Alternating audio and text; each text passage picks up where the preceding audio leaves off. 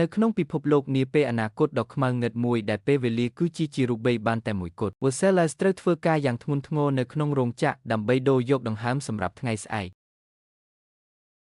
គាត់បានដឹងថាជីវិតកាន់តែពិបាកនៅពេលដែលប្រាក់ឈ្នួលត្រូវបានកាត់បន្ថយបន្ថែមទៀត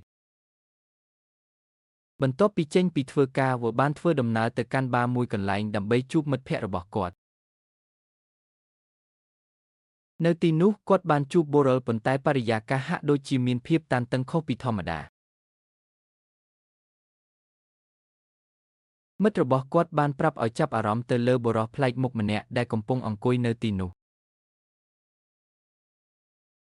បុរសនោះមានពេលវេលារាប់រយឆ្នាំនៅលើដើមដៃដែលជាទ្រព្យសម្បត្តិមហាសាលសម្រាប់តំបន់ក្រីក្រនេះការបង្ហាញទ្រព្យសម្បត្តិបែបនេះគឺជាការទាក់ទាញគ្រោះថ្នាក់ពីពួកក្រុមចោរដែលកំពុងតាមដាន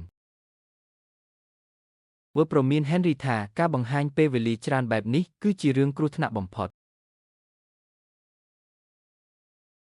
ភាពមិនប្រុងប្រយ័ត្នរបស់ Henry បានទាក់ទាញភ្នែកពួកក្រុមចោរឲ្យមកដល់ភ្លាមFortis មេក្រុមចោរ Minutemen បានមកដល់ដើម្បីដណ្ដើមយកកំណប់ពេលវេលានេះ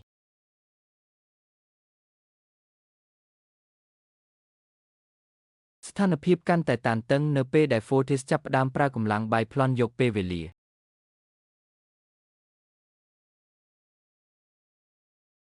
ក៏បានសម្រេចចិត្តជួយ Henry ឲ្យរត់គេចចេញពីការតាមប្រមាញ់យ៉ាងប្រភិតប្រផាយនៅក្នុងអគារស្ងាត់ជ្រោម Henry បានទម្លាយប្រាប់ នៅការពិតដ៏ខ្មៅងឹតនៃពិភពលោកនេះ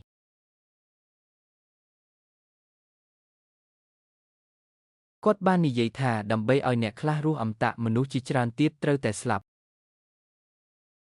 Henry Hamilton អង្គុយយ៉ាងស្ងៀមស្ងាត់ក្នុងអគារចាស់ទ្រុឌទ្រោមមួយខណៈដែល Versailles សម្លឹងមើលទៅគាត់ដោយការសង្ស័យ ដើរចូលមកជិត Henry ដែលជាបុរសម្នាក់មកពីតំបន់អ្នកមានហើយមានពេលវេលារាប់រយឆ្នាំនៅលើដើមដៃរបស់គាត់ Henry Hamilton តើមនុស្សប៉ុន្មានអ្នកត្រូវស្លាប់ដើម្បីឲ្យមនុស្សម្នាក់អាចរស់នៅបានអមតៈ Versailles សម្លឹងមើលទៅ Henry ទាំងងឿងឆ្ងល់ចំពោះសំណួរដែលបង្កប់ដោយអត្ថន័យដ៏ជ្រាលជ្រៅមួយនេះ Henry Hamilton តាមពិតទៅមនុស្សគ្រប់គ្នាអាចរស់នៅបានជារៀងរហូតវាមានពេលវេលាគ្រប់គ្រាន់សម្រាប់មនុស្សគ្រប់គ្នា Henry បន្តប៉ុន្តែពួកគេបានស្តុកទុកវាទុកតែឯង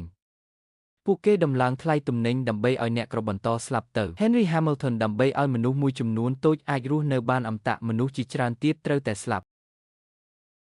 Versailles ស្ដាប់ដោយភាពតក់ស្លុតនៅពេលដឹងពីការពិតដ៏ខ្មៅងឹតនៃប្រព័ន្ធសង្គមដែលគេកំពុងរស់នៅ